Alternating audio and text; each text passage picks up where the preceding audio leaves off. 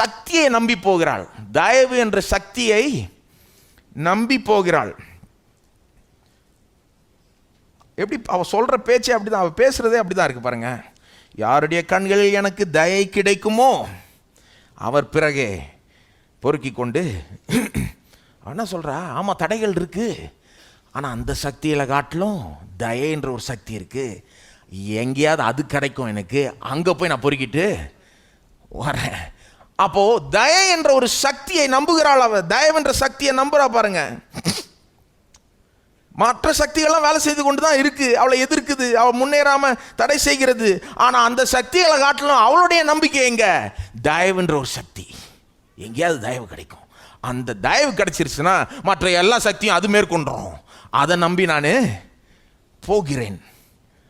தயவுன்ற சக்தியை நம்பி போறாள். மூணாவது அவள் ஆட்டிடியூடை பற்றி சொல்கிறேன், மனப்பான்மையை பற்றி சொல்கிறேன். அன்னைக்கு அவளுடைய வாழ்க்கையில் தயவு வேலை செய்யும் நம்பி போறா, எதிர்பார்த்து போறா. எதிர்பார்த்து, எல்லாரும் சொல்லுங்க எதிர்பார்ப்பு. எதிர்பார்த்து கொண்டு போறா. அவ பேசுறது எப்படி இருக்கு பாருங்க. அவ எப்படி பேசல, யாராவது ஒரு கண்களில் எனக்கு தயை கிடைச்சா பொறுக்கிட்டு வேற நான் சொன்ன கிடையாது. யாராவது கண்களில் தயை கிடைச்சா நான் ஏதாவது கொஞ்சம் எடுத்துட்டு வரேன் அப்படியா சொன்ன கிடையாது.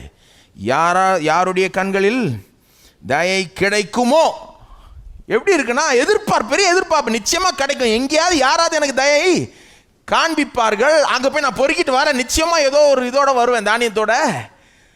அவ்வளோ பெரிய எதிர்பார்ப்பு பாருங்க, அவளுக்கு பெரிய எதிர்பார்ப்பு. ஆகவே அவளுடைய ஆட்டிடியூடை கவனிங்க, பாசிட்டிவா இருக்கு. தயை என்ற சக்தியை நம்பி போறாள். இன்னைக்கு அவளுடைய வாழ்க்கையில வேலை செய்யும்னு எதிர்பார்த்து கொண்டு போறாள். இன்றைக்கு அவளுடைய வாழ்க்கையில வேலை செய்யும் என்று எதிர்பார்த்து கொண்டு போறாள். அப்ப நான் கேட்கிறேன், அந்த மாதிரி மனப்பான்மை நம்மகிட்ட இருக்கா? நமக்கு ஒரு பங்கு இருக்கான்னு பேசிட்டு இருக்கோம். நமக்கு ஒரு பங்கு இருக்கு. என்ன பங்கு? கிளம்பி போகணும். ரூத்தை போல சும்மா போறக்கூடாது, சரியான ஒரு மனப்பான்மையோட போகணும். ரூத்தை போல ஒரு மனப்பான்மையோட போகணும். ஒன்றும் இல்லை, பாசிட்டிவாக போகணும், நடக்கும் முடியும்னு பேசிட்டே போகணும். தயை என்ற சக்தியை நம்பிக்கொண்டு போகணும்.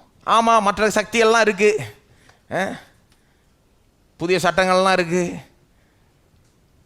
இது இருக்கு அது இருக்கு, நம்மளை எதிர்க்கிற காரியங்கள்லாம் இருக்கு. ஆனால் தயை என்ற ஒரு சக்தி அது இருக்குதே, அதை மறந்துடக்கூடாது. அதுதான் நம்முடைய மனசுல பெருசா இருக்கணும், அதை நம்பி கொண்டு போகணும்.